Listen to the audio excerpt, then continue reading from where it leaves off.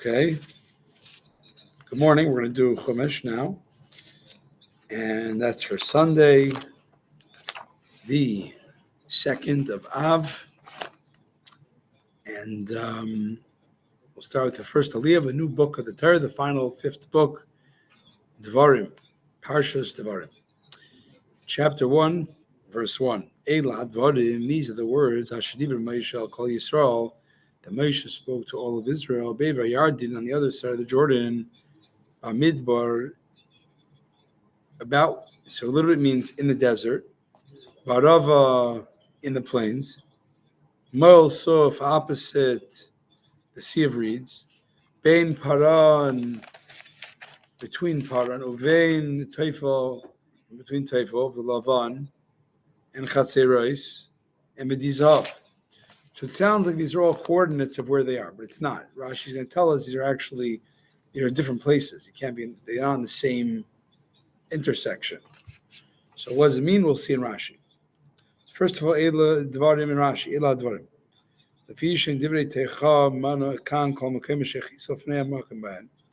Since all these words are rebukes, right? The whole book of Devarim is Moshe's last word to the Jews. So it starts a little bit with rebuke, talks about a lot of their history, reminding how Hashem was there for them, get ready to go into the land of Israel without Moshe and be strong. And now he's giving some rebukes. So the places he's mentioning here is not where they are, it's the places where the Jews angered Hashem with their behavior. Why?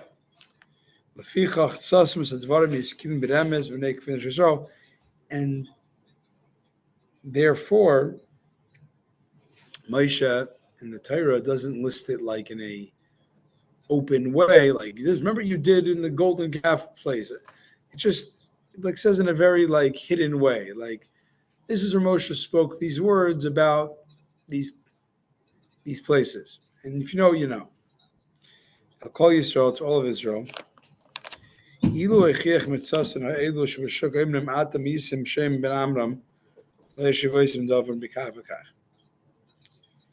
Had he reproved only some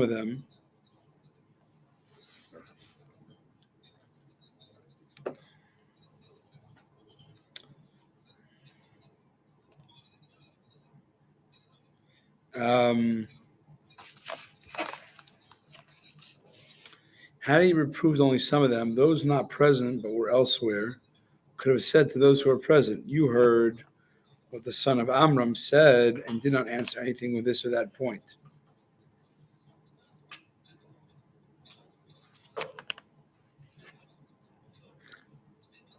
Elo Yinusham, had we been there, we would have answered him.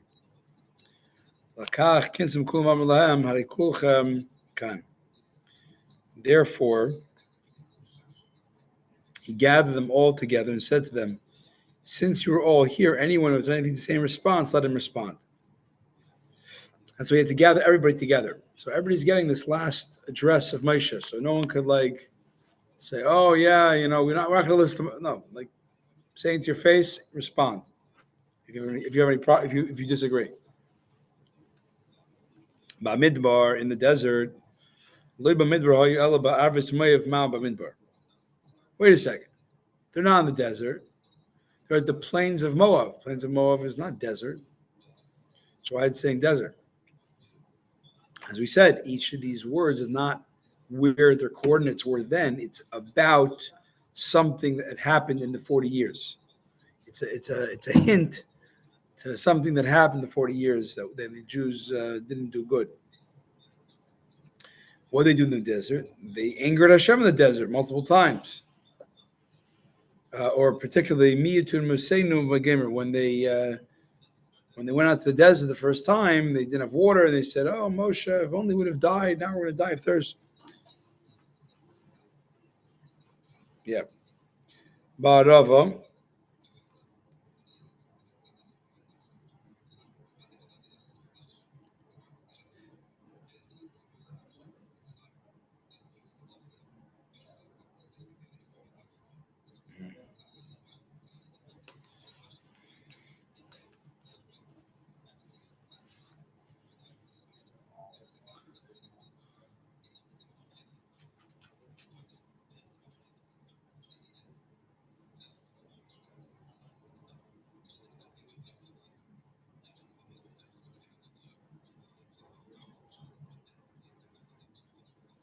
Okay.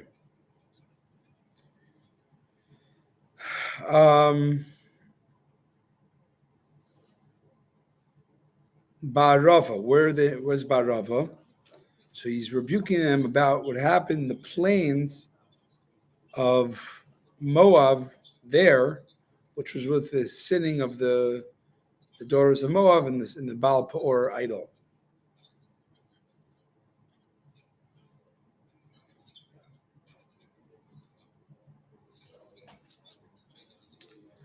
Moel Suf, opposite the Sea of Reeds. What sin is that referring to?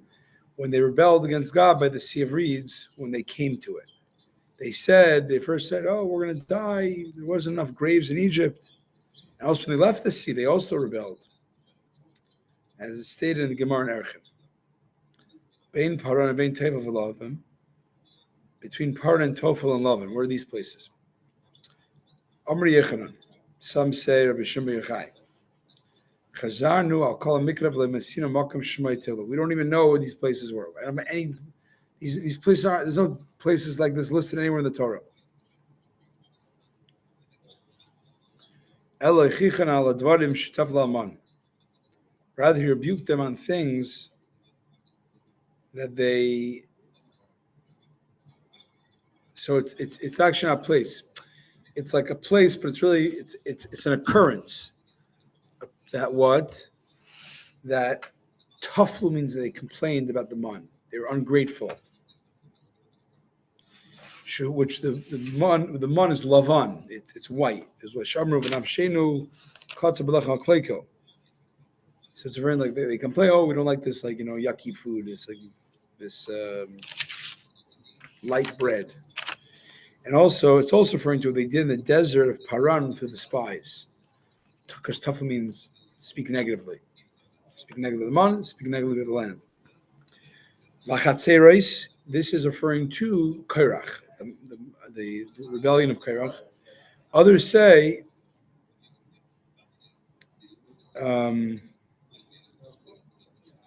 actually it's referring to a town, Chatzeres, where Miriam was struck with Lashon Hara.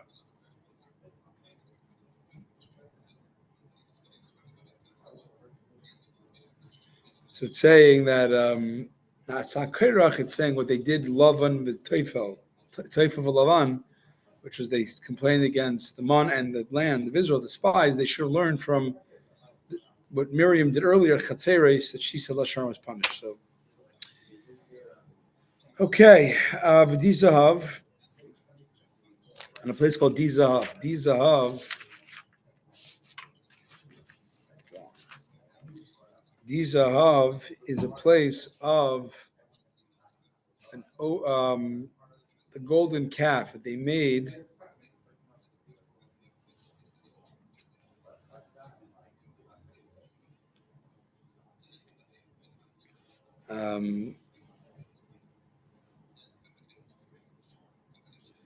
he rebuked them for the golden calf they made as a result of the abundance of gold as they had. And it says, I gave her plenty of silver and gold, but they made it into idol Baal. Baal. Right.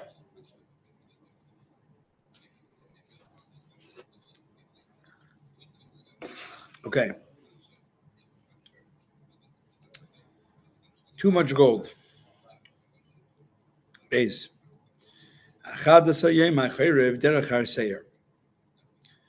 an 11-day journey from Chorev until at Kadesh Barnea through Mount Seir. Rashi, what's this referring to? It's an 11-day journey from Chorev.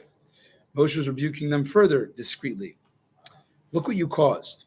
Through all those, or some of those, really negative occurrences, the golden calf, the spies, you caused that what would have been a very short trip from the Sinai Desert to Kadesh Barnea, I guess the border of Israel. It would usually be a 11-day journey through Seir. And God only that, God made it take only 3 days. How does he prove this? In the 20th of Iyar, it says by Yehi Bashana Shenis, in the 20th of Iyar, and then in Chavta Sivan, they were going to send. They sent the Meraglim from Kadesh Barnea, which is near the entering. Same shloshim yom shosem mikivrei satay v'shochlom basar chedesh yom mishav yamim shor b'chatzilas nisagar shom Miriam. Wait a second.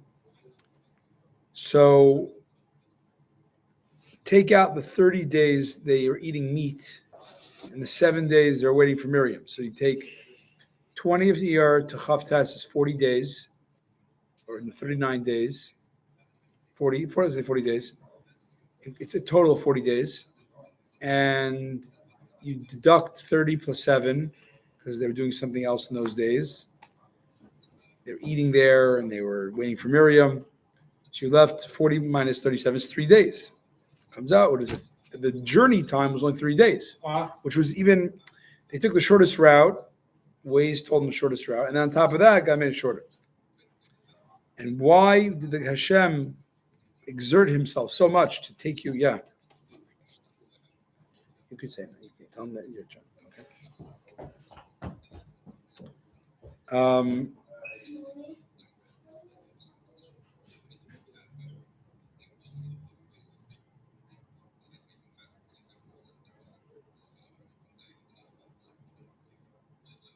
Why Hashem doing all these miracles to make it quick? So you should go into the land of Israel quickly. Because you were disobedient, then he made you circle Mount Seir, go around the whole, not take the shortcut, and also be in the desert for 40 years. It was in the 40th year, in the 11th month. Okay, hold on one second. One moment.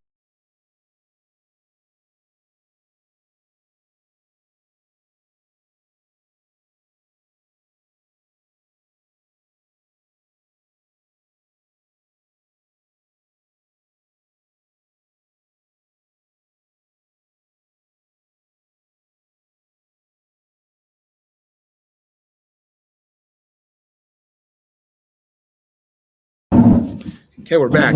Okay. So moving along, this is the 40th year, the 11th month, the first of the month. What is that? Aleph Adar.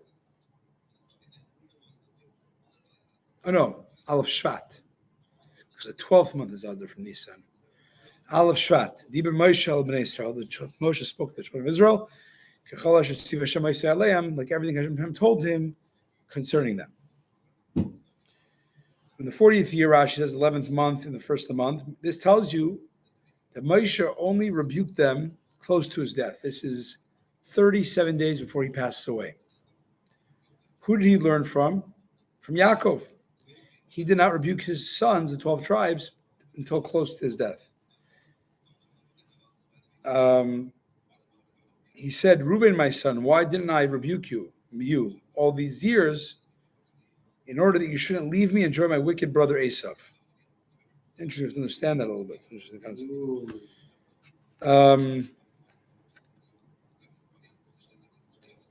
So there's 4 reasons why someone should not rebuke close people to them until they're close to their deathbed. Why?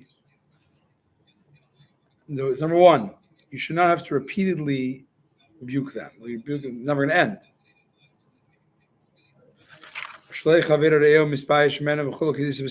And also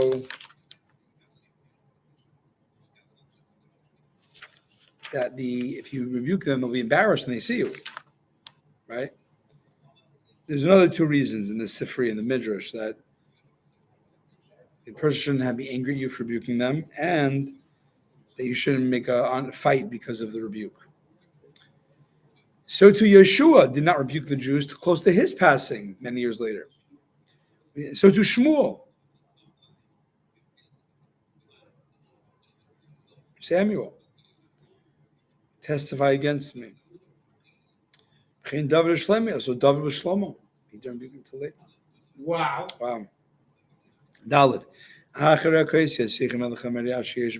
after, Moshe also only rebuked them this time, which was after the Torah tells us, the smiting of Sichon, king of Emori, who lived in Cheshbon. Es Oig Melech HaBashan, Asher Yeshe Be'Ashtres Karedrei. And Oig, this the king of Bashan, who lived in Ashtaris, the rocky country in Edrei. Achre HaKoisei. After Smarni, Moshe said, if I rebuke them before they enter part of the land, they're going to say, why is he rebuking us? He's only trying to pick a fight with us to find the fault. They say that we're not worthy and won't get to go into the land. Therefore, he wanted to show them he could take them a little bit into the land, a little of this bonus area of the Oig and Sichon's area. And he settled, the two and a half tribes. So he said, I'm showing you, I'm not afraid.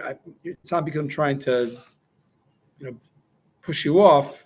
It's because this is important. You should know mistakes to not repeat them. Okay, he smote Sichon, who lived in Cheshbon. Why is it telling us this? To tell you what a great feat it was that Moshe overcame Sichon. If Sichon was just he's a mighty king, but and Cheshbon was a very fortified place. It was a very hard area to conquer. So if Sichon wasn't the king, but this was the land, it's still a hard place to conquer. Let's say he was the king, but it was an easier land to conquer. How much more so when it was a hard king and a hard terrain, and he overcame them to help to defeat them for the Jews. He lived in Ashtaris. So it says the king was hard to defeat, and the country was hard. Ashtaris is a term denoting rocks or anything hard. Cliffs. Ashtaris here is identical with Ashtaris Karnaim, where Avraham, right, where the giants whom Amraphel smote lived. It says that the four kings. I'm not sure. There was in Bereshit talks about Amraphel smote the giants, and that's where the four kings beat one of the places where there's giants, and Og was a survivor of that battle, of his giants getting, his country of giants getting smitten, and that's what it says. The survivor came. Because only Og, the king of the giants, remained of the rest of the Rephaim. Okay, but Edrei, this is the name of the kingdom, Edrei kingdom. Hey, Be'ever Yardim, Be'eretz Moav, at the opposite side of the Jordan, Hoyel Moshe Be'er, Be'eretz Torah says Leimar. The opposite side of the Jordan, the land of Moab, Moshe began elucidating this Torah, saying,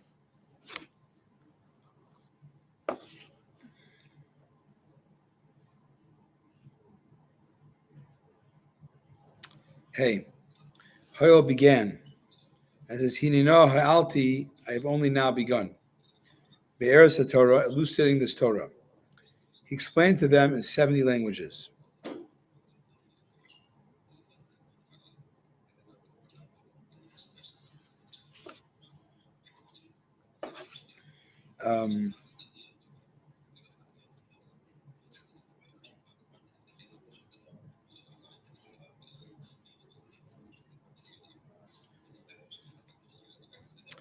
Elucidating this Torah, he explained to them in 70 languages. Okay, Vav, Hashem Elokeinu diber elenu b'cherev lemar. Hashem, our God, spoke to us at Chorev, saying, Rav lechem shes barazeh, you stayed long enough at this mountain.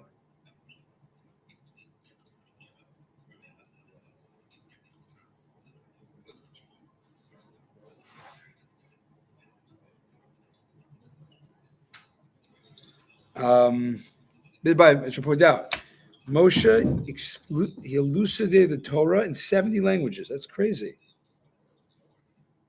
What'd you say, Rabbi? You wrote 7? 1 second. Moshe already taught them the Torah. Now he's translating into 70 languages. Mm-hmm.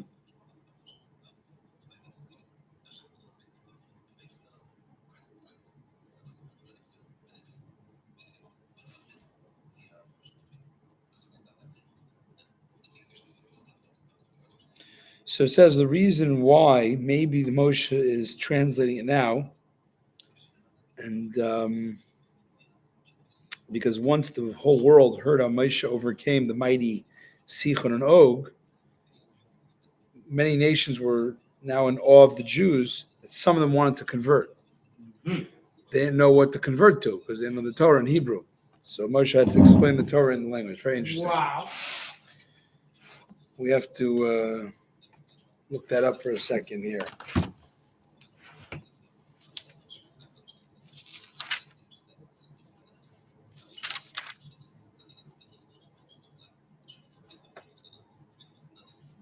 Rabbi gives another reason why it to be translated into the 70 original languages of the world then.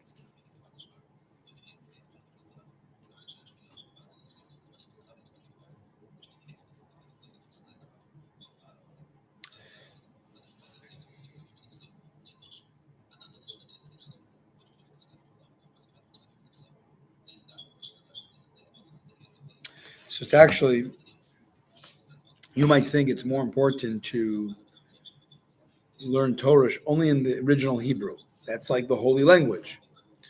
Once you're translating it, you're missing a lot of the holiness maybe. So to me, it sounds like Hashem wanted to make them teach it to show them, no, despite that you might think that, you can actually, if you learn another language, it retains the holiness and it has a certain advantage that you're now taking the Torah's light into other cultures. Very interesting. Yeah, wow. Wow. Vav. Hashem Elokeinu diber elenu b'chayil limor. Hashem our God spoke to us a chorev saying, Rav lechem shes barazeh, you've stayed long enough at this mountain. Rav lechem shes, you have stayed long enough. There's a medrash haggadah. Harbe lechem dula v'sachal yishivas chem barazeh. You have received much greatness and reward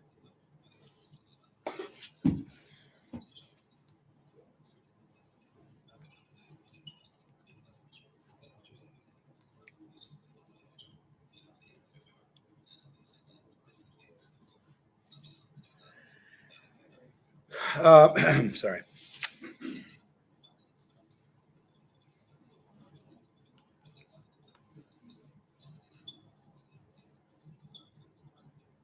Reward. You got much greatness and reward for your stay at this mountain, Mount Sinai.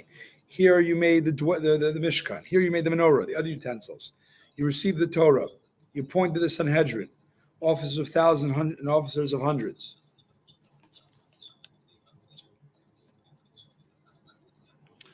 So meaning, at that time, even though all this wonderful stuff is happening, it's time to move on. Zion. Pnu Sulachem, turn about and travel. Enter the land of Amori mountain, all its neighboring countries. Baharavet, plains, Bahar, the mountain, Mashvela, the lowlands, Banegev, the south country, Chayfayam, the seacoast, Eretz Kanani of Levanon, the land of the Kanani and the Levanon, Atanar Gadol, Nar Pras, as far as the great river, the river Pras.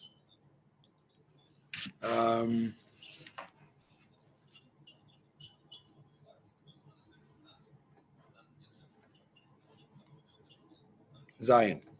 Turn about and travel. This is the route via Arad and Chorma, and to the land of the Amari mountains, literally, Kamashmai.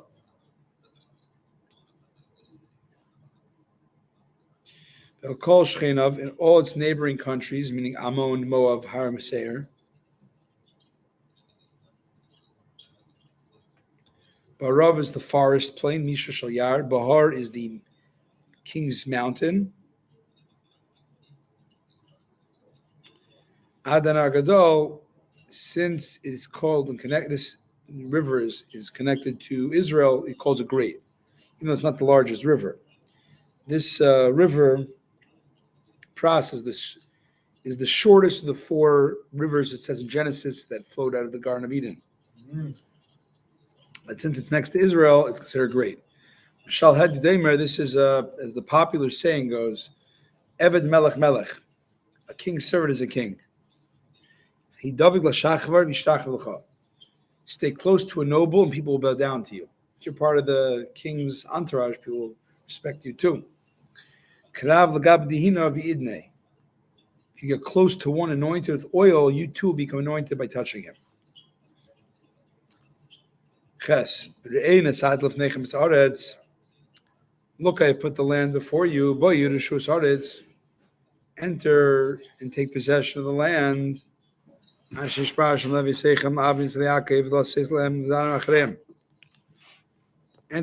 land that Hashem promised your forefathers, Amos and Yaakov.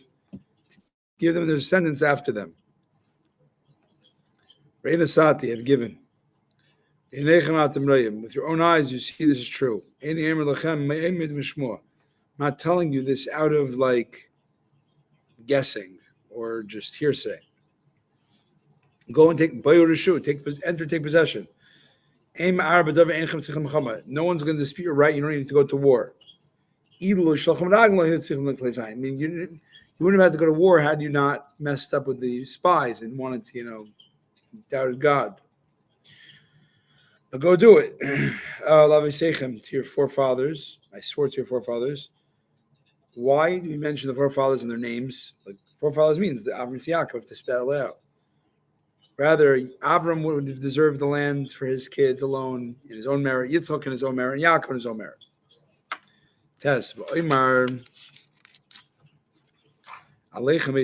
that time, I said to you, I am unable to bear the burden of my own. I can't do the burden of leadership on my own. Rashi. I said to you at that time. I said to you at that time saying. So saying here doesn't mean like Jewish saying is Hashem told him to repeat it. That's like Hashem told Moshe say that you can no longer continue. I mean, it wasn't my idea to stop leading and pass away. That was Hashem's idea, and I was conveying it. I'm unable to bear the burden of you on my own.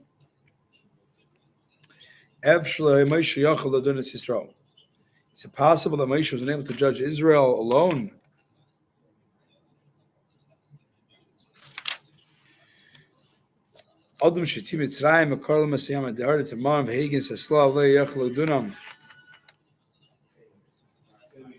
Moshe can't judge. Moshe split the sea, gave the man, did the quails. You can't judge them. It's a walk in the park. Hashem, your God, has made you great. He's made you greater and higher than your judges, for he's taken away the punishment from you and placed it upon the judges.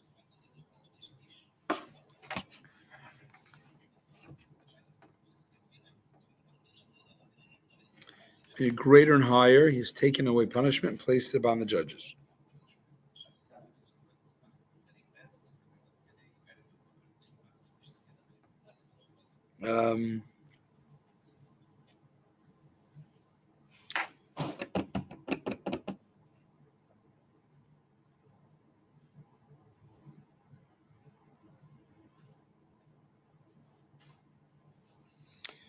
So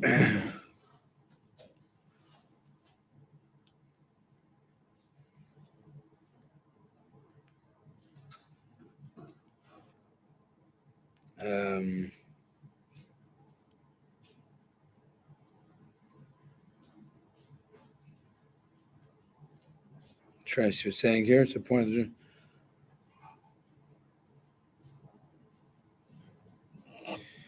how could Moshe act as a matter?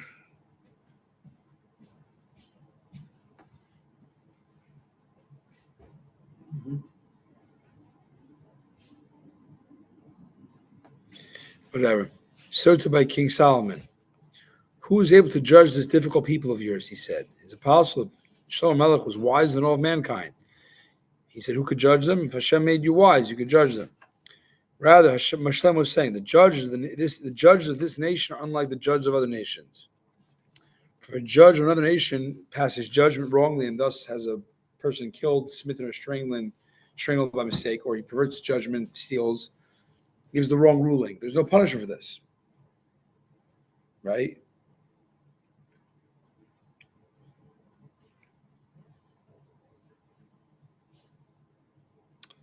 So basically, a non-Jewish court is a law according to the 7 Noahide laws, but they don't have to have the same level of proof and evidence.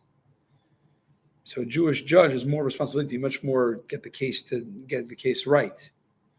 If they mess, however, if I wrongly make I make a person pay money by mistake, then I am punished if this is a capital offense.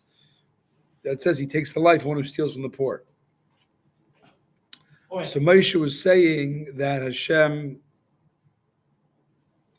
that it's not that he can't judge, he knows what to do, but it's just like it's such a huge responsibility with such high stakes that it has to be shared. Hashem wants it to be shared. Because I would do one wrong thing and I'm done. So multiply that by like thousands of people and he's going to make a mistake. So we have to have more of a system of other judges. Hashem your God has made the burden of you great. Literally, Hashem your God has increased you. Here you are today, and here you are like stars of the skies for much. Rashi, this day you are here today like the stars of the heavens. Were they really like the stars of the heavens? I mean, there were only 600,000, plus women and children, a few million, 2-3 million. It's a lot, but it's not stars. So he's saying, no, not that you are compared to the day existing forever like the sun, the moon, the stars, meaning the eternal nature of the Jews is what they're like. They're like eternal stars.